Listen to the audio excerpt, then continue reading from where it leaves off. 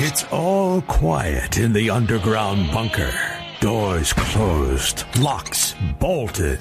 But the Great One isn't just resting on his laurels. He's making sure your weekend is even better by giving you his best. This is the best of Mark Levin. No, I'm not taking any cabinet positions. Not that I've been offered any, but some really good people the president is selecting. You know, Mika and Joe Scarborough, we've talked about them way too much here, and the reason we have, and they're in one of my books on freedom of the press, is because of the really poisonous and cancerous way they have talked about Donald Trump for almost, seems like a decade, I guess 7 or 8 years. And one of the things in on freedom of the press, which is 3 or 4 years old now, is the constant reference to Hitler and fascism and the things that Donald Trump is and would do if he's elected president. Now, of course, they're not alone. In fact, the entire lineup at MSLSD has been doing this. The entire lineup there. And there's a report out, Mr. Producer, that Comcast is looking to get rid of MSNBC. Did you see that? Let me read this to you, ladies and gentlemen. Let's take our time. We're in no hurry here. We have 3 magnificent hours. 3 magnificent hours. Free Beacon, tired of losing. Why Comcast may cut ties with MSNBC. Now, ladies and gentlemen, you talk about an echo chamber. For the last 2 weekends, I've mentioned on Fox, and I have mentioned for the last 2 weeks here, that if Comcast doesn't clean up NBC and MSNBC, they will pay a corporate price for it. It's a publicly owned company. I've said the same thing about Paramount and CBS. I've said the same thing about Time Warner and CNN. And you go right down the list. Ratings are down and the partisan hosts are increasingly unhinged. Writes Andrew Stiles at the Beacon. Donald Trump's first term as president was the best thing that ever happened to MSNBC. The Democrat-aligned cable news channel enjoyed record ratings between 2017 and 2020. As anxious resistance liberals tuned in for group therapy sessions hosted by Joy Reid, Nicole Wallace, Rachel Maddow, and other anti-Trump commentators, whose increasingly unhinged rhetoric mirrored the deteriorating mental health of their viewers. Unhinged is right, and there's nowhere to go. Once you've lost your job at CNN or MSNBC, there's nowhere to go. It doesn't get any lower. They're going to hang around airports and try to get on the radar system. But after 4 years of sagging ratings under President Biden, amid a media landscape that has changed dramatically since 2016, there's a reason to doubt that MSNBC and its roster of relentlessly partisan grievance mongers can repeat that success in Trump's second term. A more pressing question, can the network even survive in its current form? Answer is no. But that's just me. The day since the election, MSNBC's ratings haven't seen a Trump bump. They've cratered.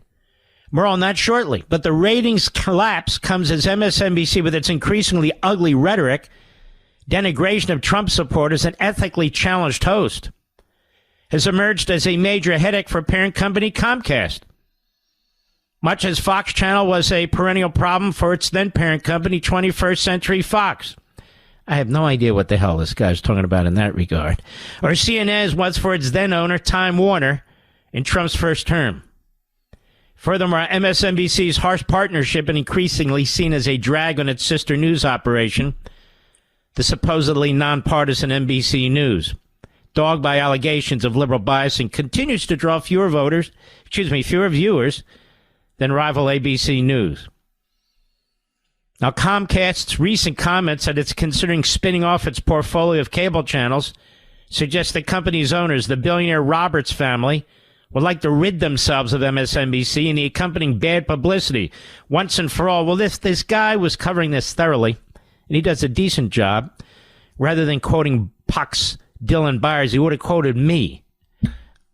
Right, Mr. Producer? He would have quoted me, warning Comcast that they can't keep this up. It's a publicly owned company, and investors are going to start showing up at these shareholder meetings.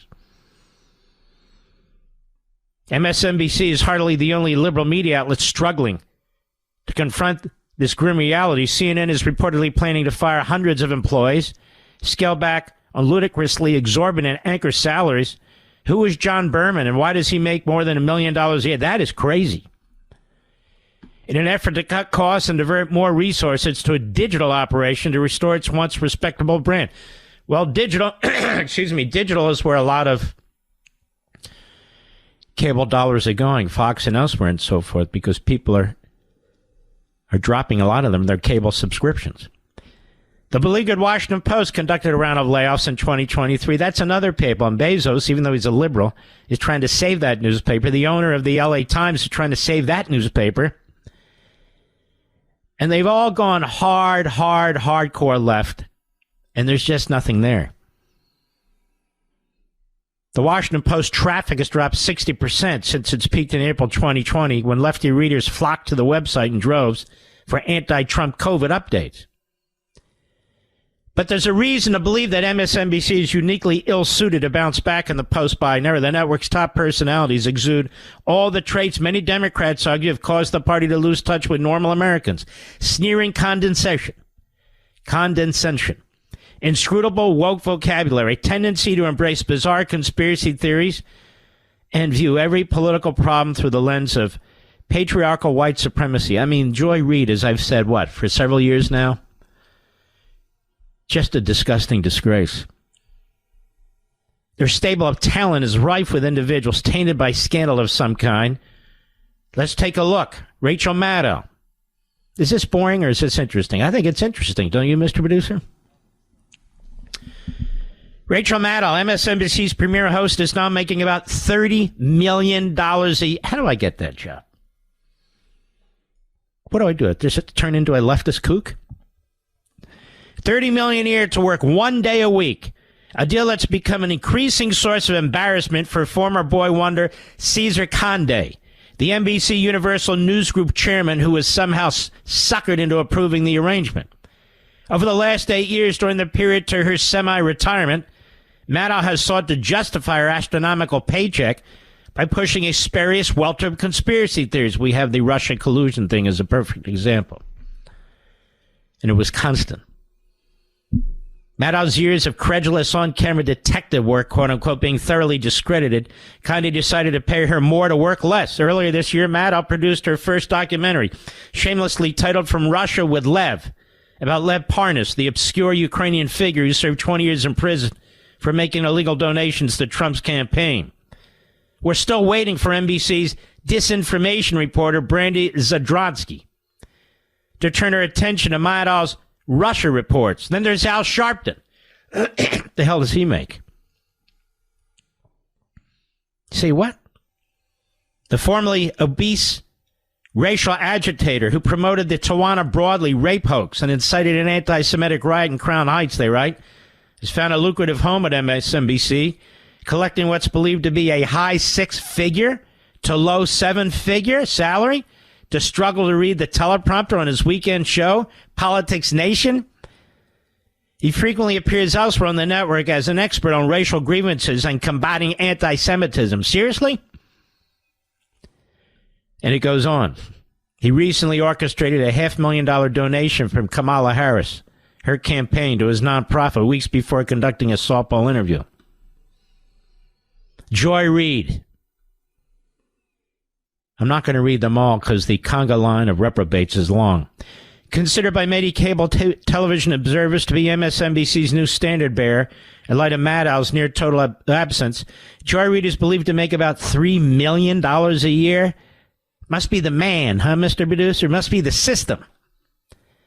She uses her MSNBC platform to spew unchallenged racially charged bile, at the same time as she puts one foot in her mouth after the other. Last week, Megyn Kelly called Reid racist. Say what? Last week? How about the last 5 years? I've been calling her racist and a bigot. I'm not reading this anymore. This guy's not worth it. Nicole Wallace, disaster. Stephanie Rule, awful. Joe Scarborough, Mika Brzezinski. Jen Psaki they hire, which is crazy. And it goes on and on and on. It is. Chris Hayes is another loser. I believe he used to write for The Nation, but I could be wrong, which is about as radical left as it gets. They probably love that publication in Russia. It was on the wrong side of the Cold War. So I read this piece. There's nothing new here. It just kind of sums things we've been saying over the years. This is really a MSNBC. It's just a so-called platform for never-Trumpers, for un-American leftists, for a whole host, as I've said, of reprobates. And we've been putting pressure on Comcast here behind this microphone, on Blaze and on Fox, to do something about it. You may not know that, Andrew Stiles, to do something about it. And hopefully, and apparently, they will. Mark Levin.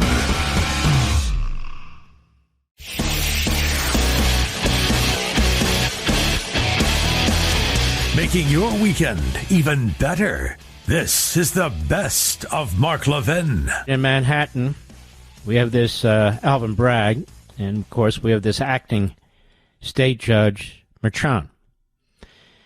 And these two have done enormous damage to the rule of law, criminal justice, and they sought desperately to take out Donald Trump. It was the first case forward. They were in a rush.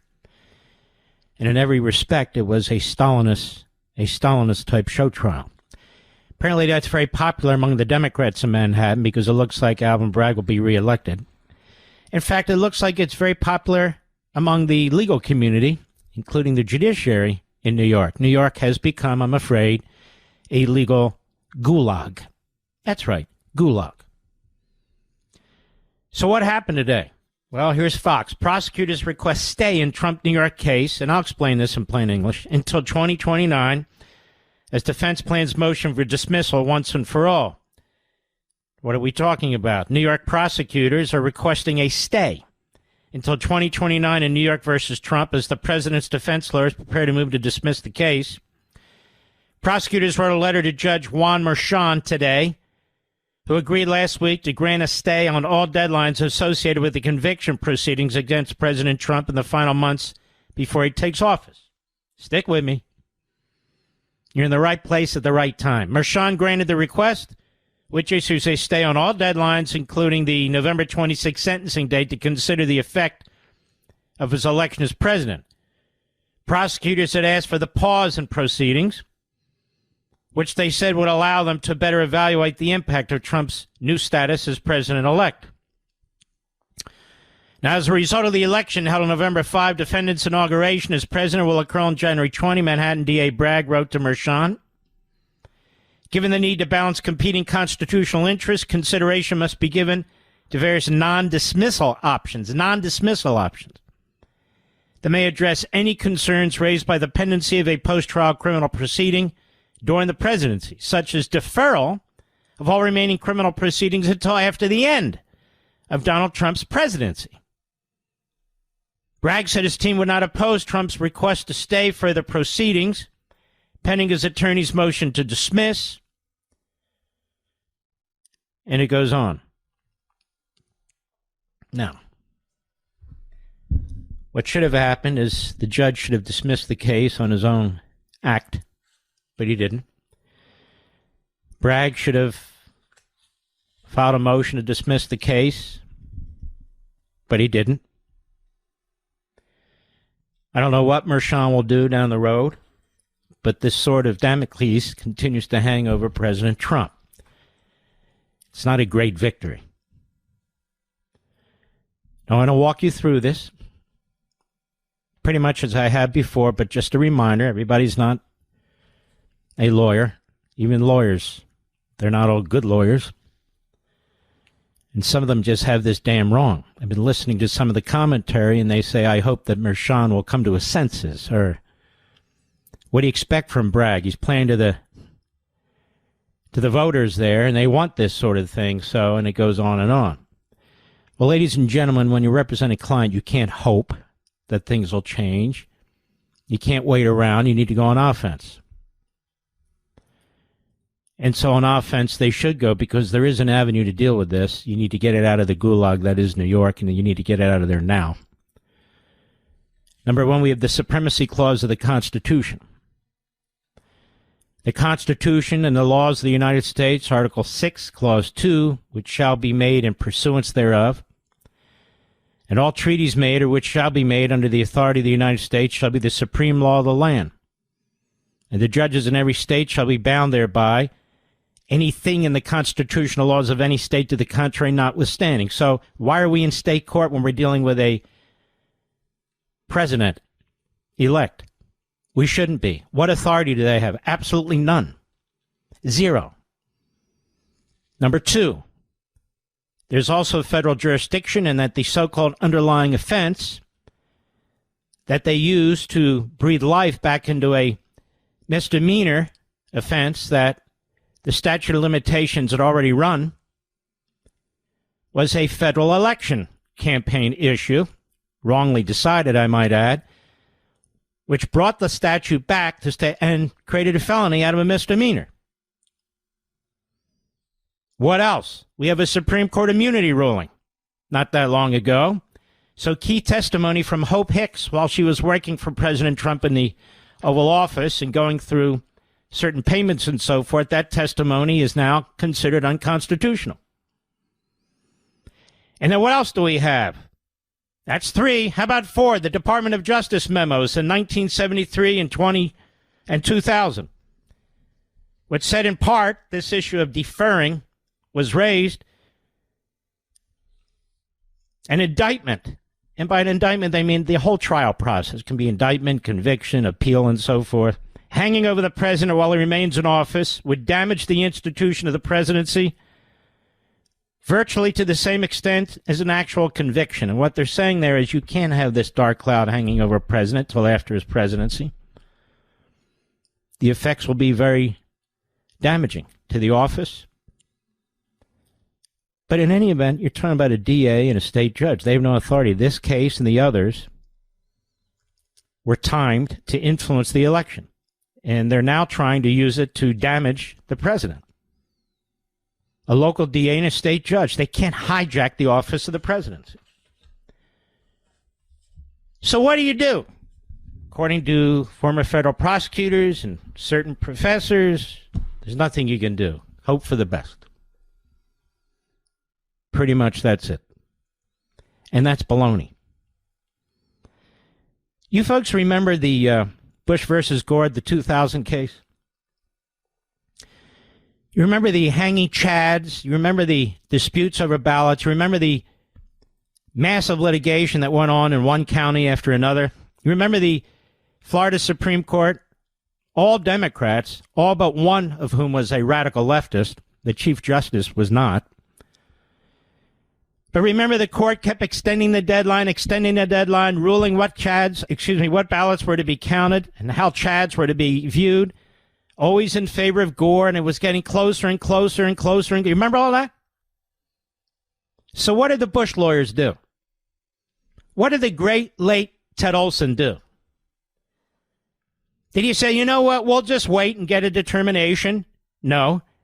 No, time is of the essence. Did he say, you know what, we'll appeal to a federal district court? No, of course not. What did he do? Ted Olson, one of the great Supreme Court litigators, Arthur Ferguson, one of the greatest constitutional minds I know, and me, we say you get these matters in front of the Supreme Court. Now, how do you do it? The Supreme Court doesn't have a chance to decide these cases if you don't ask it. And it does have common law powers. That is, non-statutory powers, even non-constitutional powers. It has implied powers as the highest court in the country. And that's been adopted from the British system, from the Western system. And the court has done it rarely, but it's done it before. Bush versus Gore. So what did Ted Olson and the Bush lawyers do? They filed something they called an emergency petition with the Supreme Court. There's really no such nomenclature as an emergency petition, but that's how they named it, to get it to the court to see if the court would take it. And what did they say to the court? They said, court, stop the count. And while you're at it, the state Supreme Court in Florida is acting without authority in excess of its state constitutional authority. And the court took the case. Only takes 4 justices out of the 9 to say take it. The court took the case. And the Bush team won. They won on equal protection grounds, which was kind of odd, but it doesn't matter. The court treated this emergency petition as a writ of certiorari. That's the normal statutory way in which you bring a case to the Supreme Court. But it wasn't really a writ of certiorari since they didn't use the statutory method. They just filed an emergency petition. What they really did to complicate it, but I'm trying to put it in plain English, is a common law writ, which is, hey, court, we'll call it whatever. We'll call it a kumquat. It doesn't matter. We need to get this case in front of you. You're the only court with the authority to actually do something about this. Please do something about it. And the court took it, and they did something about it. That is exactly what President Trump's lawyers should be doing now, in my view, in New York. Now, it's possible Merchan in a few days, in a few weeks, he'll rule, okay, I dismiss the case, and that's great, so we don't have to worry about it anymore. But it's likely, or at least possible, that he won't. So if I were in charge of the case, which clearly I'm not, I would now move immediately on the 4 federal prongs that I already mentioned, to seek from the Supreme Court the acceptance of a petition. And we can call it a writ of mandamus, a writ of whatever we want to call it. The court will decide whether it takes it, and it's not going to worry about semantics. If the court doesn't take it, you've lost nothing. Some lawyers will think, well, you humiliated yourself, you embarrassed yourself, you created a spectacle. No, this is normal, where a lawyer, an advocate, tries to find the best ways to resolve a case on behalf of their client. This is an emergency situation. This is a timely situation. Everybody's rubbing their hands together, saying, we've never seen anything like this. This shouldn't be happening. Merchan should be just, okay, great. But you're not paid as a lawyer to whine and complain and to sit on your ass. I would say to these commentators. That's what I would say. By the way, I like his lawyers. I'm not attacking them in the least. I'm just explaining generally. You don't pay lawyers to, like the TV lawyers. Now, that's what I would do. I get this petition. I would call it, as I said, common law writ of mandamus. Call it whatever you want. The court will decide what it chooses to call it and how it chooses to treat it. Excuse me.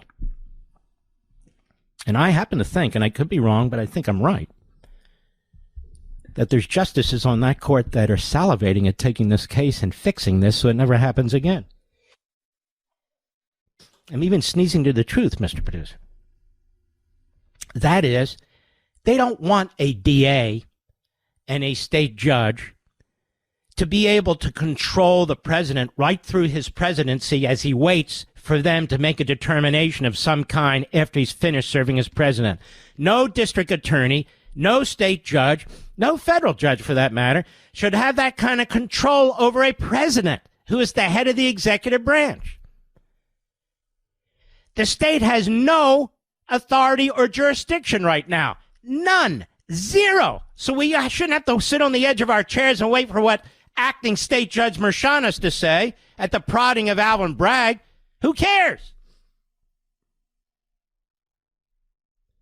There's so many problems with this case. The court doesn't even need to consider those problems. Due process issues, equal protection issues, how evidence was used, all the rest. They don't even have to get into that. It's unnecessary.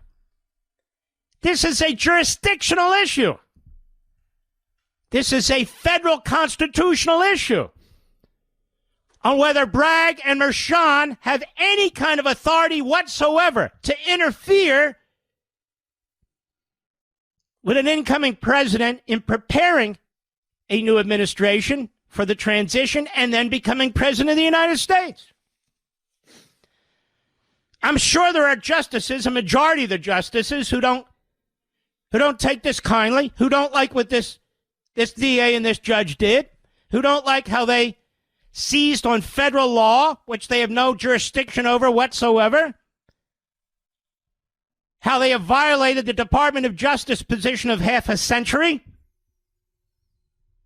And how some prosecutor in Manhattan, some acting state judge in Manhattan is now going to call the shots over an incoming and eventual president of the United States. They're not going to stand for it. Mark Levin.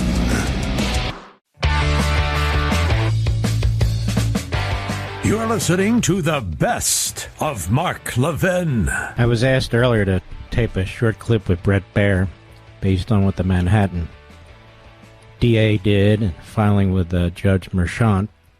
And here's how that went. Just a few minutes. Go. Listen, I want to start as a constitutional lawyer. What do you do with this? Well, what you don't do is keep it in the gulag that is the New York courts. What you don't do is just hope Merchant will come to his senses. That's not what a good constitutional lawyer does.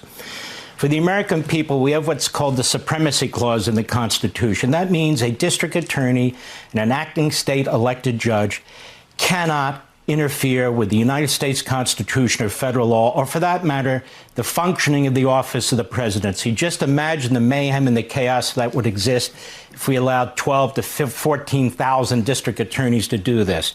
Number two, you look for federal jurisdiction, which we have. This whole case was built on a phony federal campaign violation that breathed life into a state law, a misdemeanor that had died, to create a felony. You have Hope Hicks, who was providing information to the court, to the jury, and that would be a violation of the recent Supreme Court ruling in the immunity case. So there's three federal areas. And then the fourth area, you have the DOJ opinions in 1973 and 2000. They said an indictment hanging over the president. You can substitute that with a sentencing hanging over the president, or the right to appeal hanging over a president while he remains in office would damage the institution of the presidency virtually to the same extent as an actual conviction. Now, what do you do? What you do is you look at Supreme Court precedent. The Supreme Court needs to step in. What happened in Bush versus Gore in 2000? The Bush lawyer said, we have an out-of-control Florida Supreme Court. They're allowing the counting of ballots until Gore wins.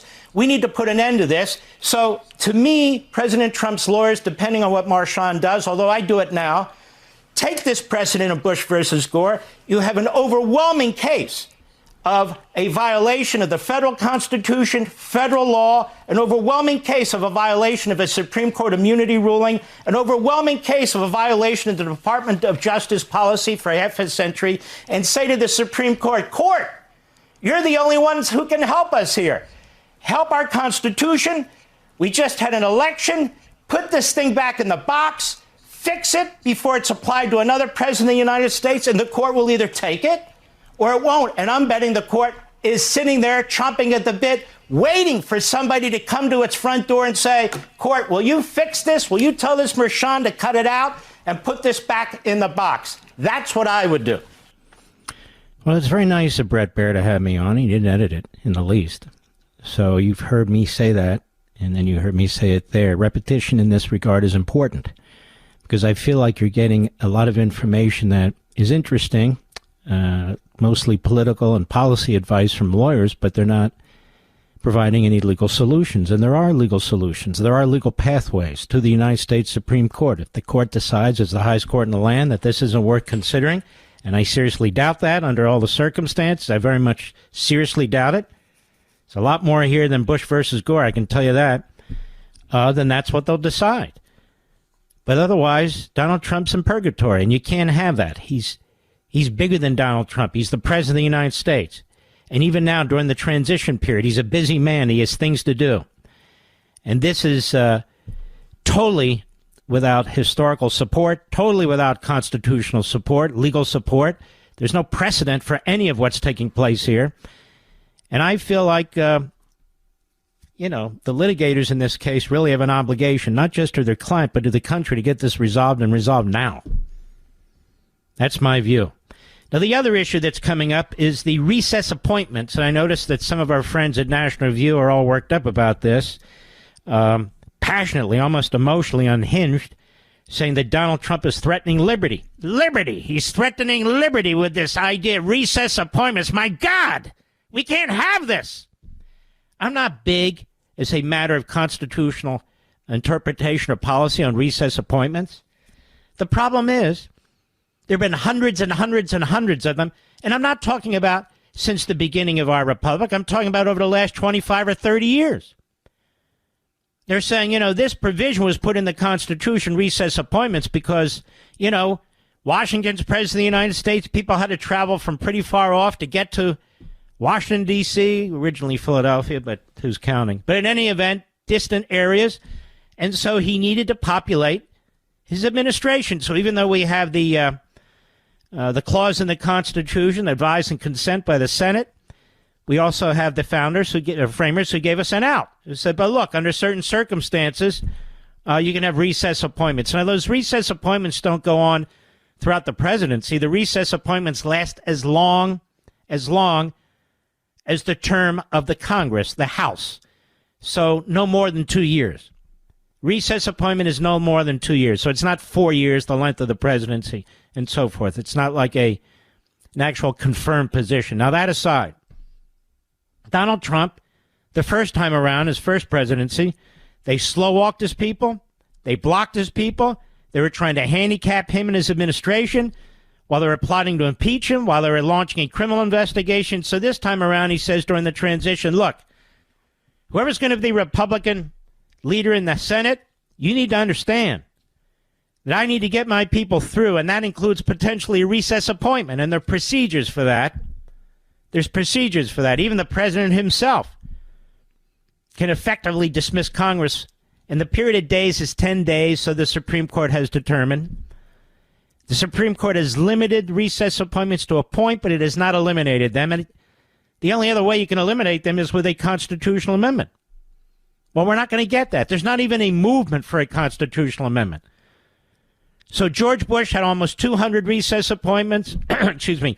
Clinton had a slew of recess appointments. But, Mark, we've never recessed to appoint cabinet members.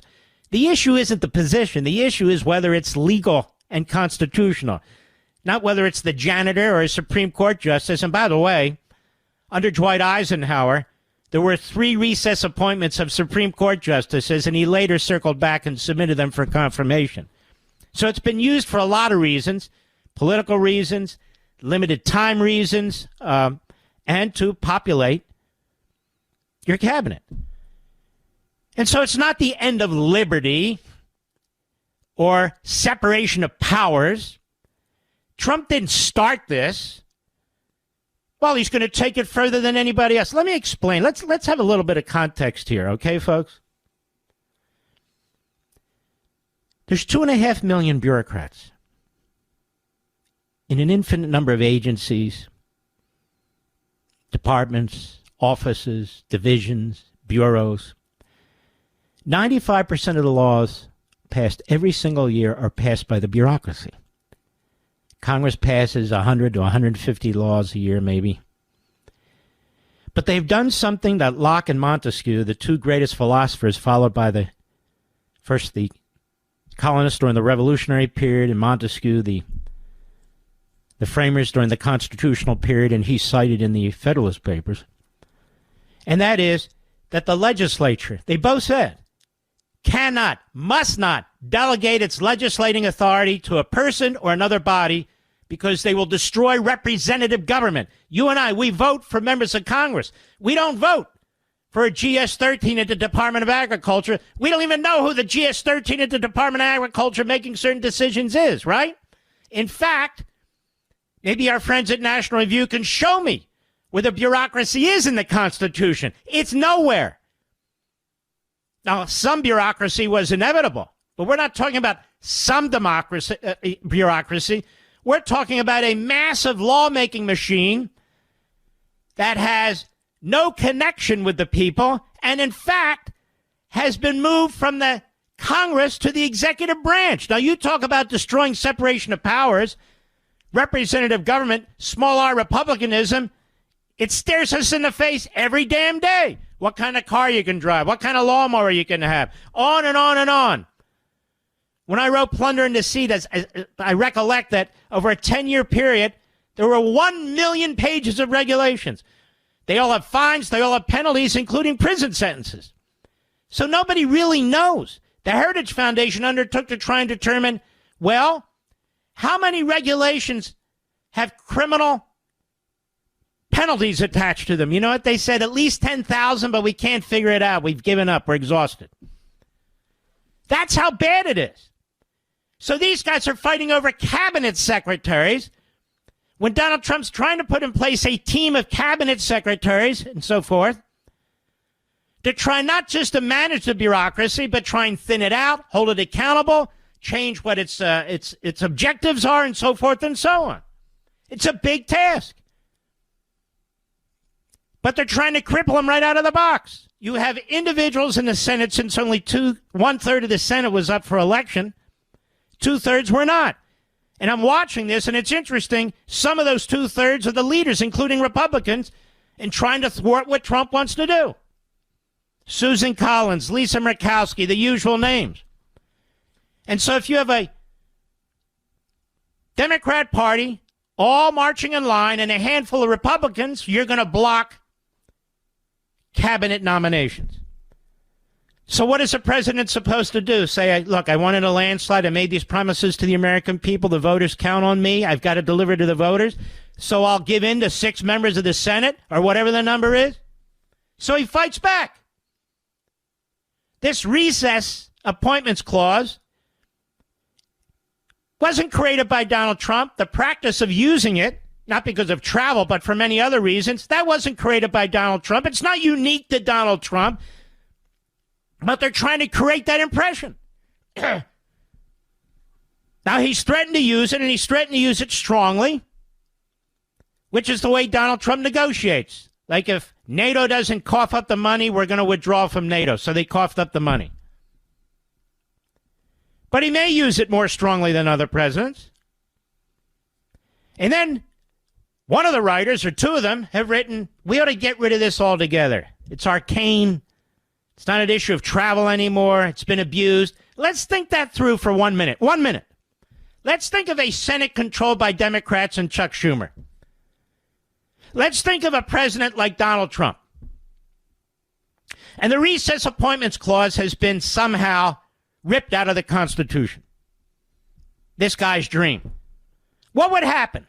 The same Schumer who wants to eliminate the filibuster rule, the same Schumer who wants to pack the court by adding justices to the court, the same Schumer who wants to eliminate the Electoral College, the same Schumer who wants to nationalize state election laws. And I could go on and on and on. What do you think he'd do?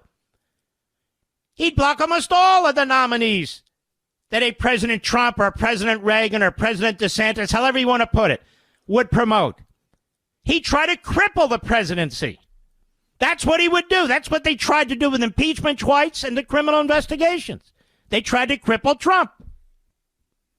And then they tried to throw him in prison. They're still trying to throw him in prison in New York.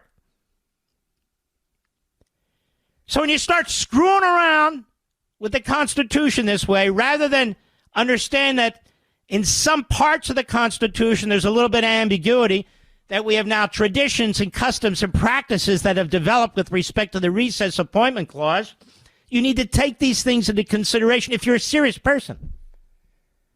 Now, Justice Scalia, in the 2014 decision of the Supreme Court, was vehement about this. And I take no second steps on Justice Scalia, my hero.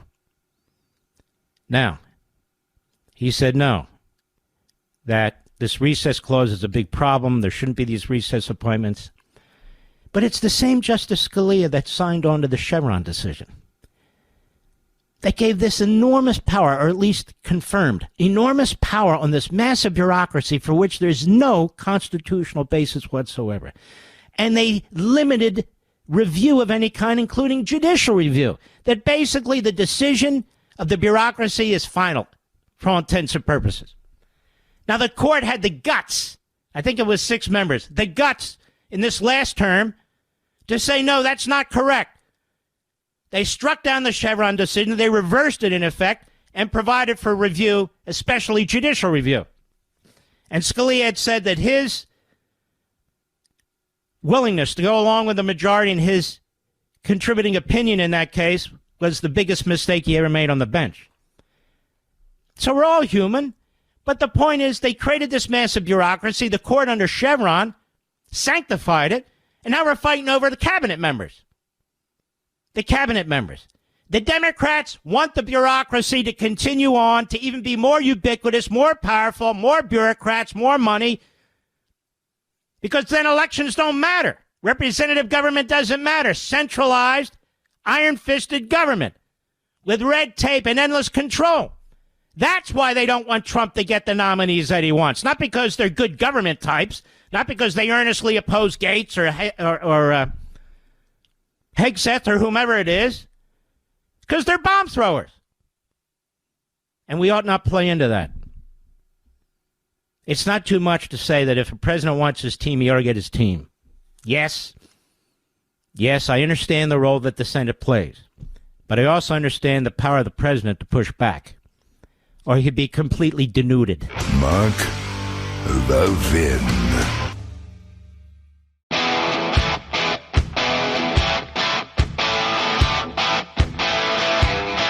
The Great One makes your weekend even better. This is the best of Mark Levin. I'd say for most of my career, even before my career, the issue of the federal judiciary, the Supreme Court, has been at the forefront of my mind. I wrote an entire book, my first book, Men in Black, on the Supreme Court. Then, of course, we have the lower federal courts, the appellate courts, and below them, the district courts. And so what's happening in the next 2 months is Joe Biden, Chuck Schumer, and the Democrats are trying to ram through as many lifetime appointments to the circuit and district courts as possible. They don't play fair. They're not interested in rules. They don't care about the election. They got one through yesterday, who, if he's not the most radical, and that's saying something, is certainly one of the most radical lawyers ever, on the 11th Circuit Court of Appeals. That covers Florida and Alabama and Georgia, among other areas. On the Circuit Court, the appellate court, right under the Supreme Court. So the Democrats are trying to get these lifetime appointments, almost 30 of them, on the federal courts now, so that their radical agenda, which was just rejected by the American people, can continue. Woodrow Wilson, a racist segregationist, a Democrat progressive president, he made it clear in his writings, as an intellectual, as a scholar of sorts, and I've written about this, that the way to change America is through the judiciary, because the American people themselves will not vote for the kind of change that the so-called progressives, a.k.a. American Marxists, seek. Another communist, Italian communist, Gramsci, he wrote that the so-called proletariat, that is the middle class, as the communists call it, the proletariat, will not rise up and overthrow a country that they voluntarily fight to defend and protect. And so that must be imposed on them through the bureaucracy from the top down, one step at a time, secreting into the culture, secreting into the civil society. So the judges and the top down bureaucracy. So this evening, as I speak to you, that's at the forefront of what's going on. The Democrat Party is trying to ram through 28 radical, make it 27 now, judges, who will impact your lives for the entirety of their lives and your life. And they're trying to prevent Donald Trump from getting key cabinet positions filled so he can reject the Gramsci communist viewpoint of how to control America through revolution, the top down through the bureaucracy. And so the Democrats haven't surrendered anything. They haven't learned anything. They don't care. Their little revolution is ongoing. And they're using the unelected parts of the government, the judiciary and the bureaucracy, to try and advance their cause. The unelected part. This is very important to understand. Very important to understand. I will not oppose any of the nominations that President Trump has made or will make to his government. Because even though I don't agree with every single one of his appointments, so what? The problem is this is the team he needs. This is the team he wants. Whether they like it at National Review, whether they like it at the Wall Street Journal editorial page, whether they like it or not. He was elected president. And don't tell me, well, he's not a dictator. We already know that, and we don't need lectures from you fools. On the other hand, he's not a patsy. He's not a Pollyanna. He just won in a landslide. And that's a fact. And giving him the cabinet that he wants and senior positions that he wants doesn't make him a dictator, for God's sakes. They slow-walked his appointments in 2016. Made it very, very difficult for him in key cabinet positions to do what he wanted to do while they were plotting to impeach him, while they were plotting to unleash a criminal investigation against him, to undermine him, to subpoena him, to bog him down. That's not going to happen this time. It's simply not. Because of you and me, we're not going to allow it. While people out there are giddy, we are happy. People are giddy. People are vying for positions. We are the watchmen, you and I, who are keeping an eye on the Republic, keeping an eye on the Democrat Party, keeping an eye on the media. We don't trust them. They don't embrace our ideals, America's principles. They simply do not. Now you're hearing a growing chorus in the media that Donald Trump didn't win a mandate. He didn't win a landslide. Tell me, what election did the media win? None. In fact, they lost the last election. Who do these people think they are to be telling us what happened in the election and what didn't happen? Who the hell do they think they are? Who named them God Almighty to determine events, to have the final say on what's going on in our society and culture? They're nobody.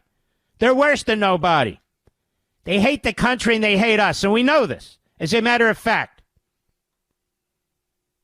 because they've said so. The words they use, the names they use, the way they use their platforms, it's disgusting. Yes. So now they're trying to destroy Pete Hegseth, a war hero.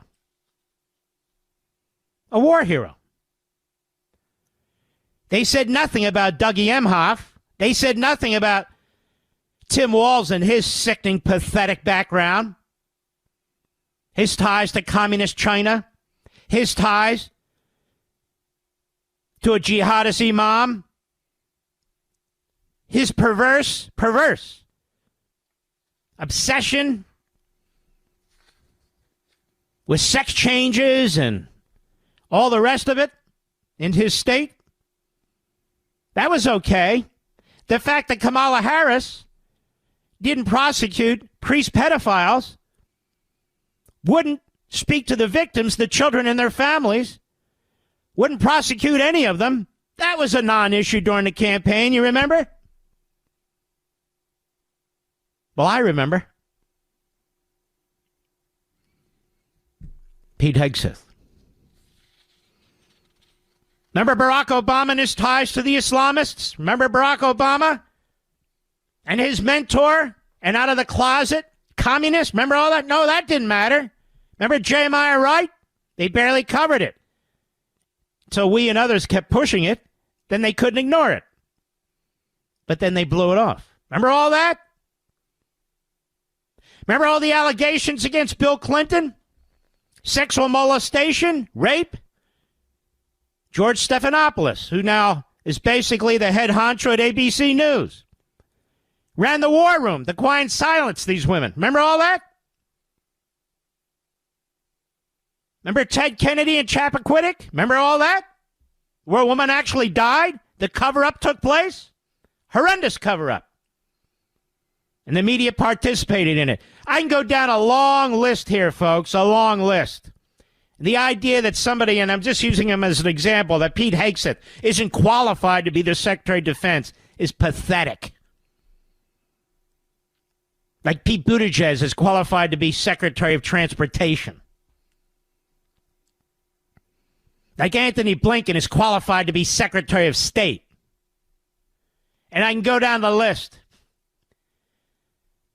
Like Kamala Harris is qualified to be vice president, or Joe Biden is qualified to be president. Dementia Joe. We don't need to take lectures from these people. They don't get to choose Donald Trump's government. They don't get to blow off me and you and the millions and millions of people who voted for this president and voted for him to do what he said he would do. A handful of senators who didn't even face the voters, they're going to decide the fate of this administration, not while I'm behind this damn microphone. I'll tell you that right now. And these Republicans in the Senate who don't get off their fat asses and show up on the Senate floor and block these radical left-wing judges, what the hell are you there for? I can understand why some of these people are busy. Honestly, J.D. Vance is vice president. I get it. He has to go back and forth from Mar-a-Lago. He's involved in significant decisions as the vice president in waiting. I got it. The others, no. No excuses. None. I don't care if you've been nominated to be this, that, or the other. You show up at that Senate and you protect we the people, the American people, from lifetime appointed radical left-wing Marxist Islamists. Because we have to live under their rule. It's the most important damn job a senator has.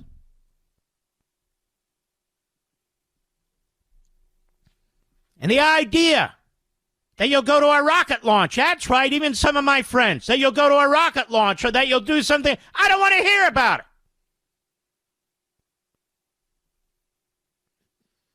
Do your damn job. This is job number one. All of you. The Democrats show up. They're ramming these bastards through one circuit court, one district court after another. That affects us when we go to court. We want a judge who's objective. We want a judge who's going to follow the Constitution. We want a judge who's going to follow the law and the facts. We don't want some radical ideologue dressed up in a black robe. As I said, my first book was on this, Men in Black.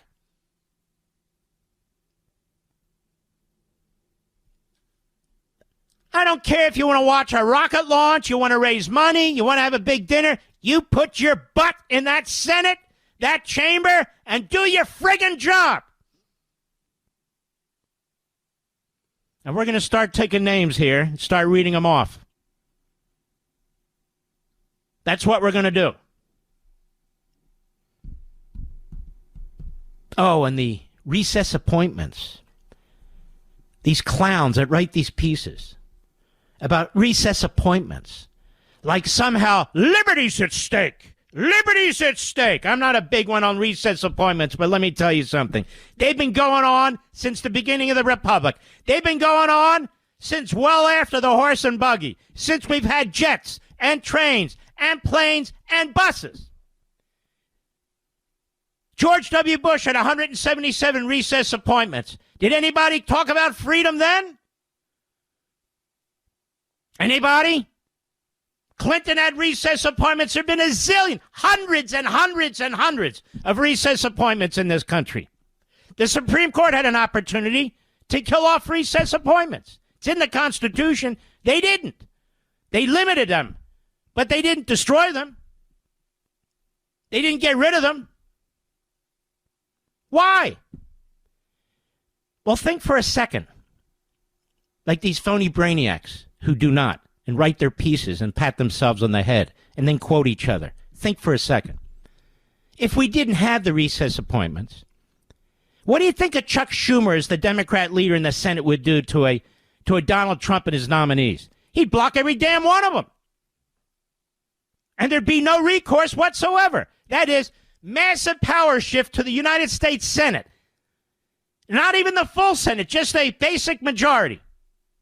By an opposition party, maybe a few Republicans, like a Susan Collins and a Lisa Murkowski, would have the ability to cripple an incoming president of the opposite party. These fools don't even think these things through. Mark Levin.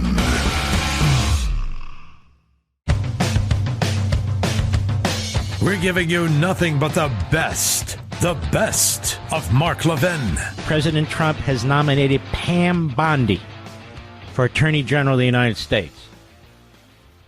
And my Julie and I have gotten to know Pam Bondi, especially Julie. She is fantastic. Now watch them try to destroy her. But, we got to start coming to the defense of these people, folks. I mean, I've been doing it now since day one. But we all do. We all do. But I think she'll be fantastic. I really do. And we're going to continue to stand behind Pete Hegseth, too, on this program. No question about it. You heard what Netanyahu had to say. Justin Trudeau is when it comes to leadership, he's a dwarf. I don't mean a physical dwarf, I mean a mental dwarf. That's what he is. He's, in many ways, destroyed Canada. He's admitted that his immigration policies were destructive. He's very unpopular in that state now. He doesn't believe in civil liberties as the people in Canada saw. What he did to the truckers up there and other protesters who challenged the mask mandates and other pandemic excesses that government participated in a very significant way. And so listen to what he says about Netanyahu in the International Criminal Court, such as it is. Cut 2, go. Now that the ICC has issued warrants for Prime Minister Benjamin Netanyahu and his former Defense Minister Yoav Gallant, Canadian law enforcement is obligated to arrest them should they come to Canada. Will you allow that to happen, or will you step in to prevent an arrest? First of all, as Canada has always said, it's really important that everyone abide by international law. This is something we've been calling on from the beginning of the conflict. We are one of the founding members of the International Criminal Court and International Court of Justice. We stand up for international law, and we will abide by all the regulations and rulings of the international courts. This is just who we are as Canadians. So he would literally arrest Benjamin Netanyahu, Canada. I remember during the Vietnam War, Americans, some, not many, but some would run to Canada. They felt it was freer. They could avoid the war that way. Now I see Canadians are running to America. Have you noticed that, Mr. Producer? They're running to America for their freedom, for free speech rights, the right to protest. They're running to America for actual health care. They're running to America because they can't stand this SOB. And so what he's saying is, yes, we will arrest Benjamin Netanyahu. France has said the same thing. The fact that this decision is beyond unjust, the fact that this decision is based on hate and thousands of years of anti-Semitism doesn't apparently bother them. Doesn't apparently bother them. I thought you ought to hear this. You don't hear it from me, you're not going to hear it from anybody, I don't think. Now, the Republicans, notice you're not hearing from any Democrats, are you? Over at our friends, the Free Beacon, you can expect a strong response. Republicans weeks away from a trifecta, that is, all branches of government, ready ICC sanctions following Bibi arrest warrant, but they have to wait till they actually get the Senate and the presidency because Biden and Schumer will not do anything. We will continue doing everything in our power to combat this pro-terrorist, illegitimate court, House GOP whip, Tom Emmer tells the Free Beacon. I never knew this guy before. I'm getting more impressed with this guy, Emmer. Adam Crato, the International Criminal Court's decision to issue arrest warrants for Israel's prime minister and former defense minister sparked a flurry of promises from Republican leaders to sanction the court and erode its legitimacy on the world stage. Again, you won't see an article about Democrats saying this. And I doubt the Sunday shows will come to Israel's defense either. Instead, they'll give a floor, I'm just predicting, to Bernie Sanders and the other big mouths. The GOP-controlled House passed a bill earlier this year that would do just that, though Senate Majority Leader Chuck Schumer blocked it from coming to a vote in the upper chamber. I might add, he's Jewish. In a matter of weeks, Schumer will be in the minority, and Republicans will control both the House and the executive branch. Incoming GOP leaders in the House, Senate, and White House made clear that come January, the ICC will face sanctions and other punitive measures. The ICC has no credibility, and these allegations have been refuted by the United States government, said Representative Michael Waltz, President-elect Donald Trump's incoming national security advisor. He said in reference to that court's determination, Israel's lawfully defended its people and its borders from genocidal terrorists. You can expect a strong response to the anti-Semitic bias of the ICC and UN come January. You see, folks, the ICC is an appendage to the United Nations. House Majority Whip Tom Emmer, Republican Minnesota, echoed Waltz, telling the Washington Free Beacon Republicans in the lower chamber will continue to do everything in our power to combat this pro-terrorist illegitimate court. House Republicans passed bipartisan legislation 5 months ago to sanction the ICC for unlawfully targeting our ally. Yet it has done nothing but collect dust on Chuck Schumer's desk. By the way, they could do the same thing to Trump. Senator Lindsey Graham also took aim at Schumer. It's time for the U.S. Senate to act and sanction this irresponsible body, he said, and act now. And following months of debate, the ICC determined that Israel has intentionally starved Palestinians in the war-torn Gaza Strip. The charges carry little legal weight, as the United States and Israel are not members of the court. No standing, no relevance or path, Fetterman wrote. Fetterman's the one Democrat who speaks out. Fetterman. Good for him. In addition to pushing for sanctions, Senator Graham has led his own investigation into ICC Chief Prosecutor Karim Khan. Remember, I, in part, broke that news here. He's accused of sexually harassing female colleagues. That investigation is also likely to ramp up come in January. The ICC, in a bid to appear neutral, also issued arrest warrants to several Hamas leaders, as if there's a legitimate connection in terms of the Israeli leaders and the Hamas leaders. So this is just sickening. Military Chief Mohammed Diab Ibrahim Amarsi Yabadabadu, also known as Yabadaba, who cannot face charges because he's dead.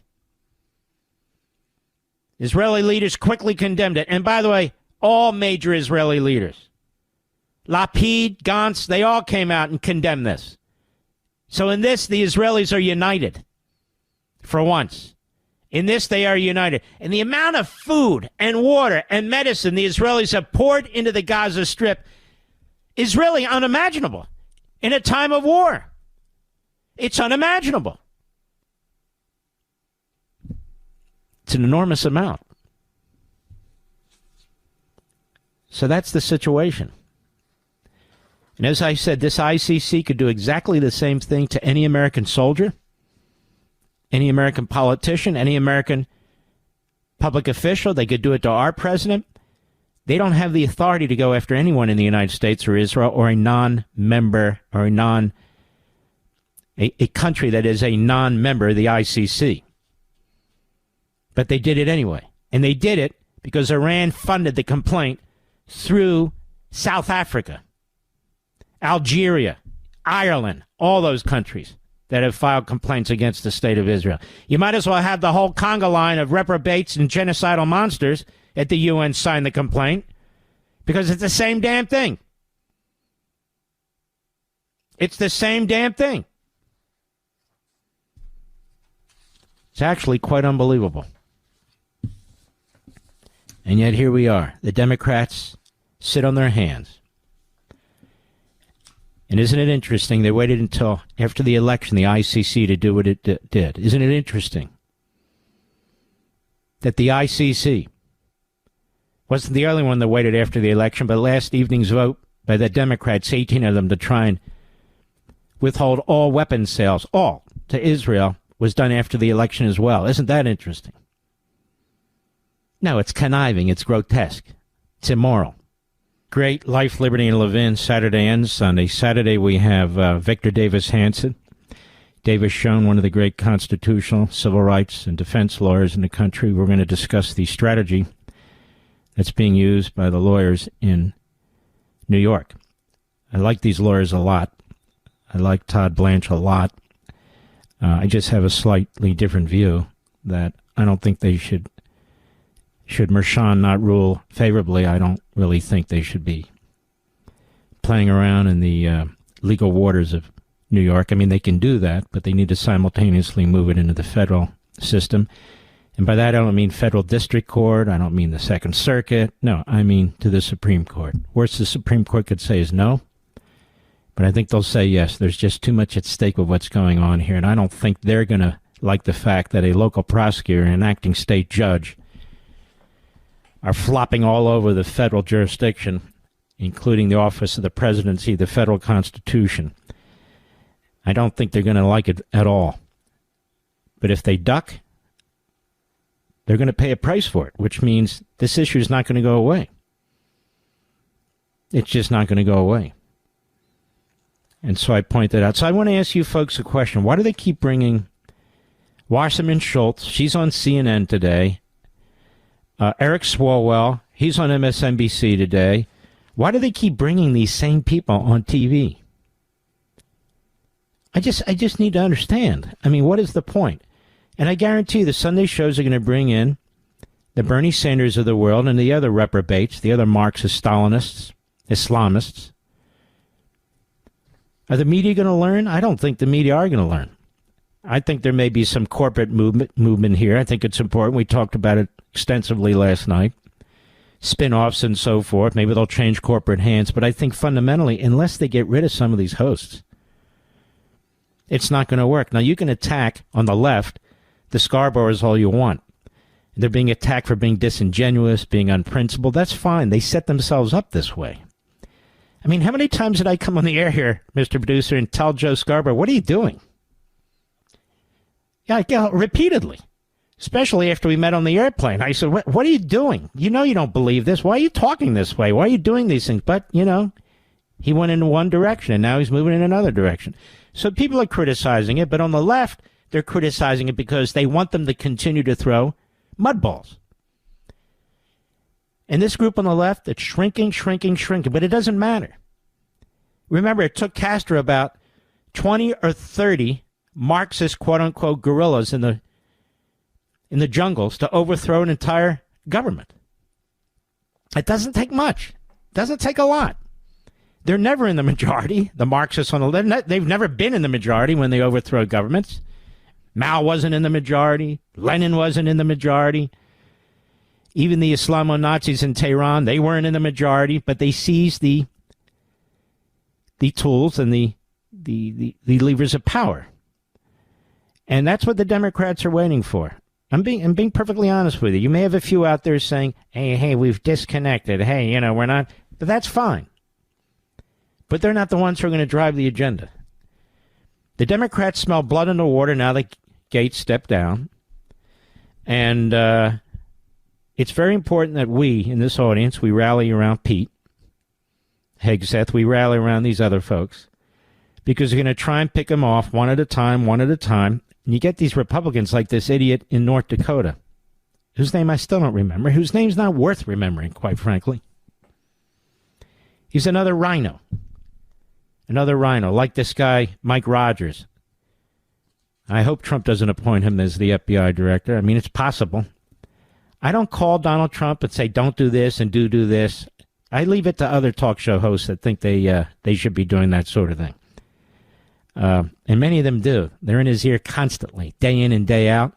I don't know if he likes it or not, but that's not the way I treat the president. He's the president. If he wants my opinion, I'll ask for my opinion. He's done that at times. And I told you folks before about the attorney general position. That's not something, you know, people even on the internet have been saying, well, Mark, you should do this. I've had friends, kind of powerful friends. I said, no, that's not happening. I'm not interested. I was already over there. And I was asked about this some time ago, by the top dog. I said, no, it's not something I'm interested in. Didn't offer it. He just asked if it was something I'd be interested in. No. I like what I'm doing. I think it's important that our people have air cover on radio and on TV and on digital. And that's what I do, and that's what I'm doing now. I've already been in government. I already spent 8 years in the Reagan administration. I'm not going back. I talk about fresh faces, fresh voices. There's a lot of statesmen, leaders. There's a lot of conservatives out there, constitutionalists. Give them a chance. Let them do what they need to do. The president knows who he wants. Let him have who he wants, and so forth and so on. Now, Pam Bondi was the Attorney General of Florida. She's a very, very nice person, and a very smart person, and a damn good lawyer. And a damn good lawyer. And she should get our full-throated support. Period. Period. This is who the president wants. She's 1,000 times better than Merrick Garland. 1,000 times better. You might say, well, who isn't? Well, some of them aren't, but she is. And I think she could do an excellent job over there as somebody who was chief of staff to an Attorney General Meese, as a matter of fact. So now we have a sort of an echo going on, a mantra going on among Democrats in and out of the media, which is that Donald Trump didn't win a wave election. He doesn't have a mandate. It wasn't a landslide. And they're going to keep this up, because why? Because they're liars, they're propagandists, they're demagogues. It was a massive landslide. It's the biggest landslide you could possibly have in modern politics with the change of the demographics, the change in the nature in which these elections are run. There couldn't have been a bigger one. He swept every one of these purple states, these battleground states, and he almost swept New Jersey and Virginia and some of these other states. Came very, very close. And in every demographic, he either won them or he did better than he had before. It's amazing.